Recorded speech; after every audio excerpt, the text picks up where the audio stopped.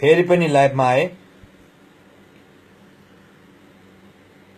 घरिघरि यो कति लाइभमा आइरहन्छ भनेर झन्झट नमानिदिनु होला नेपाली दाजुभाइ तथा दिदीबहिनीहरू।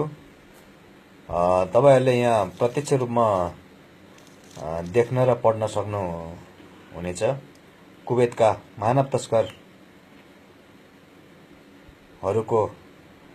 यो अनन्त शमशेर राणा भाट र रामबहादुर तामाङ दोङले गुण्डागर्दी शैलीमा धम्की दिँदै दादागिरी अनि छाडा कुरा गर्दै सुन्नुहोला मानव तस्करहरूसँग लाइभ कुरा।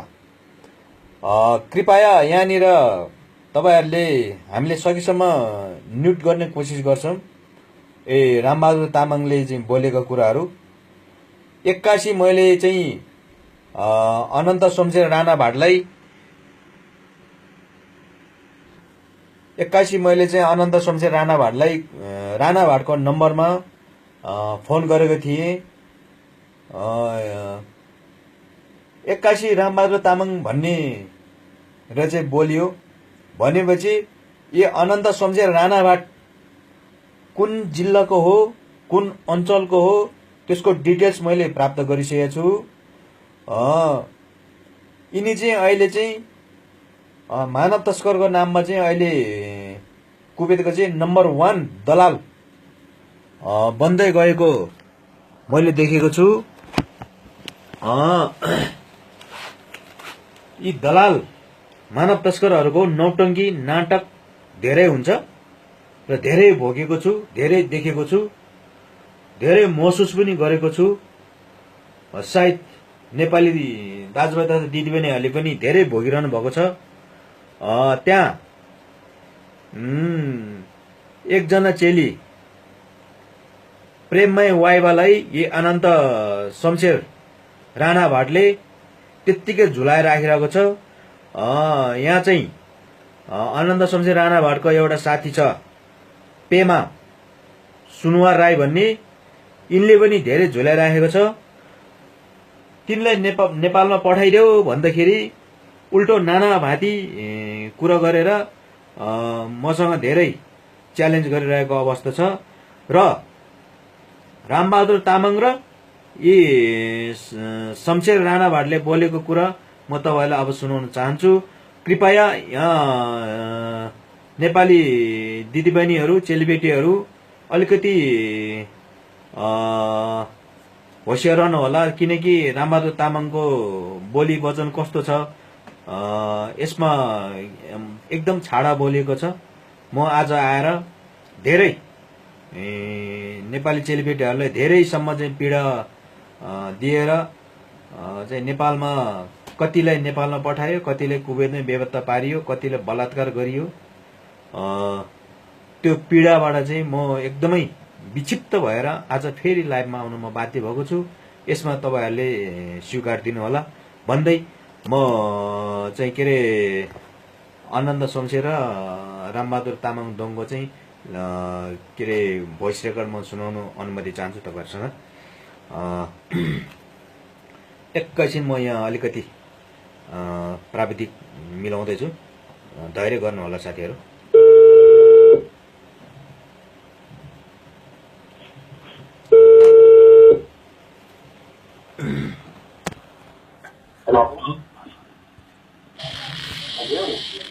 तपाईँ शमशेर राणा भाट हो? तपाईँ त निकै कुवेतको चाहिँ के अरे निकै डोन बन्दैछ अरे हो? म दावा छिरिङ बोल्दैछु नेपालबाट हजुर।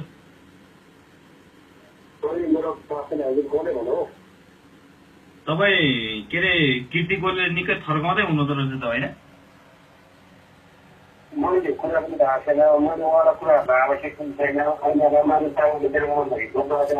तपाईँ निकै डोन बन्दै हुनुहुन्छ अरे, अरूको थाहा छैन तपाईँले के अरे इन्टरपोलमा चाहिँ के अरे नाम हाल्नु पर्यो के भयो? तपाईँलाई चाहिँ जसरी श्याम लामालाई चाहिँ इन्टरपोलमा नाम हालेर चाहिँ नेपाल डिपोर्ट गरेर ल्याउनु पर्यो, त्यसै गरेर डिपोर्ट गरेर ल्याउनु पर्यो।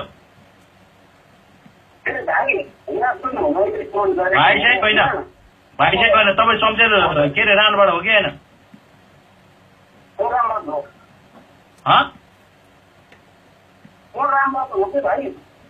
रामबहादुर हो कसरी चाहिँ रामबहादुर हुन्छ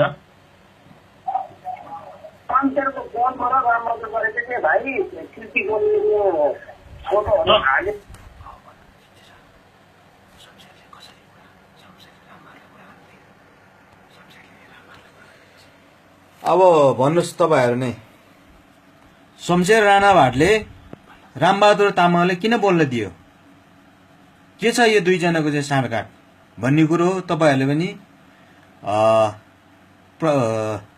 विचार गर्नुहोला यो एकदम विचारणीय विषय हो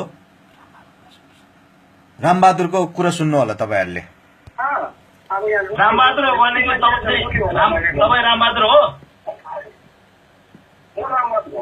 रामबहादुर भने शमशेरको धोती हो तपाईँ शमशेर तपाईँले के रन्डी खान चलाएको छ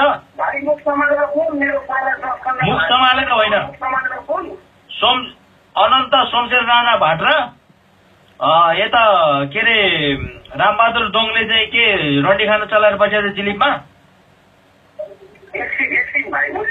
एकछिन होइन मलाई तुरुन्त जवाब चाहियो जो रन्डी खान चलाएर भने जो नेपाली चेलीले बेचेर बस्ने दलालहरू ठुलो कुरो गरेर त्यहाँ भएको चाहिँ एउटा घरमा काम गर्ने चाहिँ चेलीबेटीहरूलाई चाहिँ थर्काएर बसे तपाईँहरू के हो भाइ भाइ होइन तुरुन्त त्यहाँ तपाईँहरू चाहिँ गुण्डगर्दी गरेर बस्ने गुण्डगर्दी पालेर बस्ने अब तपाईँलाई अब इन्ट्रेस्ट बनाउने नाम हाल्नु पर्यो किन भाइ भन्ने मलाई तपाईँ एउटा चाहिँ के अरे मैले आएसम्म छोएको थिएन तपाईँलाई छोएको थिएन अब सुन्छु म तपाईँलाई मैले आएसम्म तपाईँलाई छोएको थिएन अब छुनी मात्र तपाईँलाई पौडाउँछु म अब तपाईँले चाहिँ गुण्डगर्दी पालेर चाहिँ दुनियाँ दिमागमा चेलीबेटीहरूले चाहिँ पक्रेर दुनियाँ त्यो कसको चाहिँ योभन्दा अगाडि कसले पक्रेर चाहिँ तपाईँले चाहिँ पैसा र मोबाइल कसको खोज्यो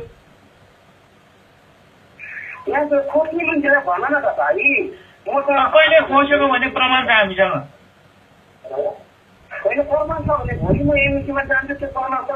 एमपिसी एभिडेन्स छोडिदिनुहोस् तपाईँहरू इलिगल काम गर्ने अन्त एमपिसी बदनाम गर्ने काम नगर्नुहोस् त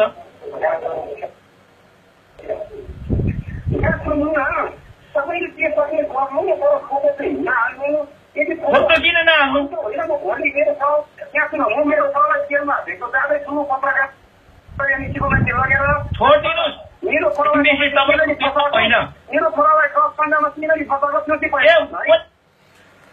अब यहाँ सुन्नुहोस् बाउ चाहिँ के अरे केडी बेच्ने छोरा चाहिँ ड्रग्स बेच्ने अनि छोरालाई चाहिँ के अरे छोरा चाहिँ ड्रग्स काण्डमा जेल पर्यो र यहाँ चाहिँ उसको छोरालाई चाहिँ हामीले फसायो भन्ने यो दलालको हेर्नुहोस् भाषा कस्तो छ यो भाषा यो दलालहरूको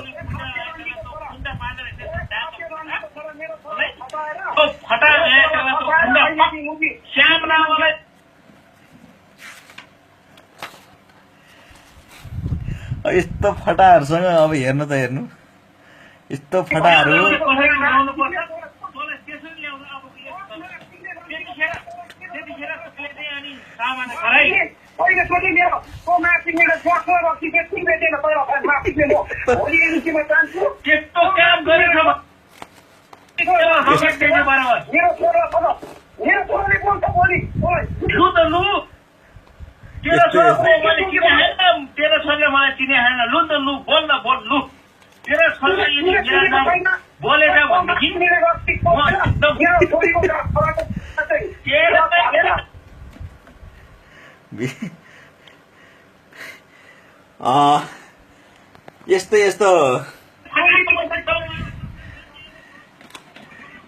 यस्तो अब दलालहरूको अब दलालहरूसँग अब कति झगडा गर्दा गर्दा बुढा नै हुने भयो र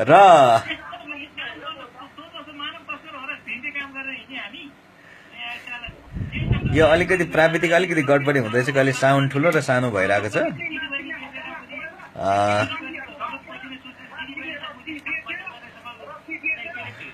यहाँ अलिकति के अरे नेपाली दाजुभाइ तथा दिदीबहिनीहरू विदेश जाँदाखेरि बुझेर जानु होला। मानव तस्करहरूको चाहिँ एकदमै यहाँ चङ्गुल छ। यहाँ मेरो आमा पनि बेच्यो, मेरो दिदीबहिनीले बेच्यो, मेरो सबै बेच्यो, मेरो स्वामी पनि बेच्यो। मेरो स्वामी बेचेको हो कि मैले भन्दा मेरो स्वामी तैँले बेचेको हुनाले अहिले मेरो स्वामी मभन्दा अलग छ। त्यो मानव तस्कर हो कि भन्छ तेरीमा डाटा फटा मुजी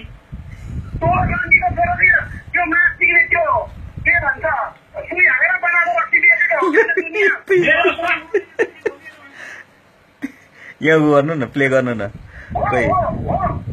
अनि मेरो स्वामी बेचेर मेरो स्वामीको चाहिँ माथि जबरजस्ती घोडा चढेर हो कि भन्छ। अब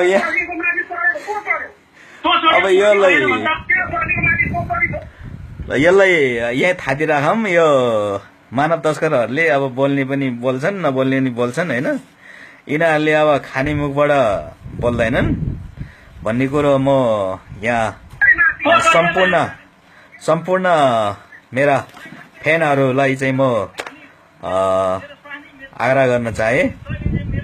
अब यहाँ चाहिँ के भनेछ भने जब यिनको छोरालाई मैले फसाएको भन्ने यिनले आरोप लगाइसकेपछि अनि तैँले मेरो स्वामी बेचेको हो कि होइन भन्दाखेरि हो भनेको छ। तर सायद यो प्राविधिक अलिकति गडबड भएको हुनाले मैले पुरा चाहिँ त्यो रेकर्डेड ऊ चाहिँ के अरे सुनाउन सकेन।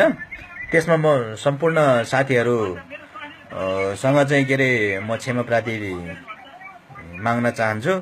र अझै पनि यिनले धेरै काँचो शब्दहरू बोलेका छन्। सायद नेपाली चेलीबेटीहरूमा पढ्न गएको असुविधा र यस्तो शब्दहरू नेपाली चेलीबेटीहरूको कानमा पुग्नु चाहिँ बाध्य हुनमा चाहिँ के अरे म क्षमा प्रार्थी छु। फेरि पनि म हृदयदेखि नै यी मानव तस्कर दलालहरूले कसरी चाहिँ बोल्दो रहेछन्, कुन हदसम्म आरोप लाउँदो रहेछन् भन्ने कुरो यो एउटा ज्वलन्त उदाहरण हो। यो यति भन्दै यस्तो दलालहरूको प्रपञ्चमा नपर्नु होला। म साथीहरूलाई विदेश जाँदै हाम्रो इच्छा विदेश जाँदै नजानु भन्नु चाहिँ होइन कदापि। विदेश जाँदाखेरि बुझेर मात्रै जानु होला। यहाँ हेर्नुहोस् यहाँ कतिसम्म अपशब्द बोलिरहेछ। यो कहिलेकाहीँ यो प्राविधिक कहिले सानो हुने कहिले ठुलो हुने भइरहेको छ यो हाम्रो चाहिँ यो भोल्युमको उसमा, किनकि यहाँ अलिकति प्राविधिक गडबडी पनि भइरहेको छ र नेपालको फेरि इन्टरनेटको प्रब्लमले गर्दाखेरि यो समस्या आइरहेको हो। र मानव तस्करहरूबाट जोगिनु होला र मानव तस्करहरूको धम्की सुन्नु होला। र मेरो यस्तो सुझाव तपाईहरूलाई, किनकि मानव तस्करहरूले के गर्दो रहेछ भने यहाँबाट पनि फगाई फुलाई लाने र के अरे अनि यहाँ धेरै प्रलोभन देखाउने। उहाँ गएर चाहिँ पहिला सुरुमा दुबई भनेर लाने, दुबई पुगिसकेपछि एउटा न एउटा बाहनाबाट चाहिँ बाहना देखाएर इराक पुर्याउने, सिरिया पुर्याउने।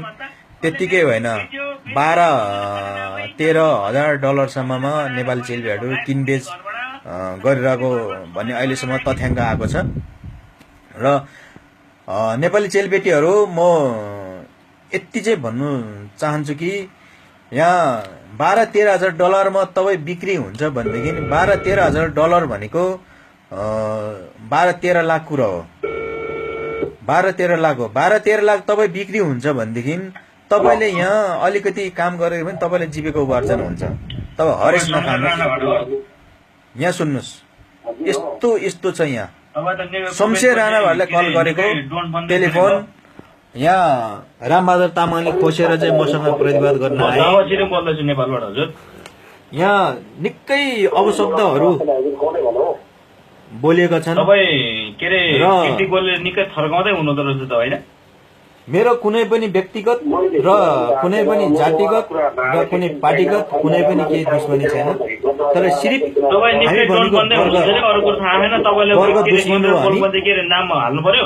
र एउटा गलतलाई गलत भन्ने हो हामी, जबकि गलतले गलत भन्नु नसक्ने मान्छे हामी मान्छे होइन, हामी मानव होइन। तपाईँले चाहिँ जसरी श्याम लामालाई चाहिँ इन्टरपोलमा नाम हालेर चाहिँ नेपाल डिपोर्ट गरेर ल्याउनु पर्यो, त्यसो गरेर डिपोर्ट गरेर ल्याउनु पर्यो।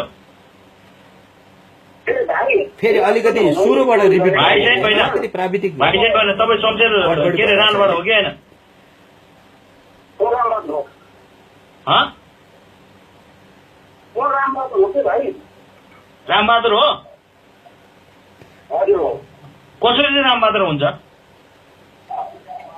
शमशेरको फोनबाट रामबहादुर गरेको थिएँ भाइ। कृतिको फोटोहरू हालेछ। अब यहाँ रामबहादुर हो भनेको तपाईँ रामबहादुर हो? म रामबहादुर हो। रामबहादुर हो भने शमशेरको धोती हो तपाईँ? ए भाइ शमशेर तपाईँले चाहिँ रन्डी खान चलाएको छ? भाइ मुख समालेर फोन मेरो पाला मुख समालेर होइन, समालेर फोन अनन्त शमशेर राणा भाट र यता के अरे रामबहादुर दोङले चाहिँ के रन्डी खान चलाएर बसेर जिलिपमा एकछिन भाइ म सिक्न छु। एकछिन होइन, मलाई तुरन्त जवाब चाहियो।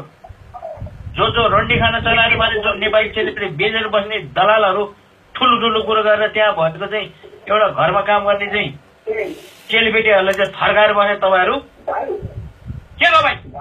के हो भाइ? भाइ होइन, अब यहाँ यस्तो छ, अब मैले यहाँ यो भोइस रेकर्डलाई यहीँ थाती राखेँ। यस्ता दलालहरू अस्ति भर्खर 3-4 दिन अगाडि मात्र एकजना पीडित एउटा जे जस्तै भयो नि, हामीले एउटा चाहिँ के अरे नेपाली सम्झेर नै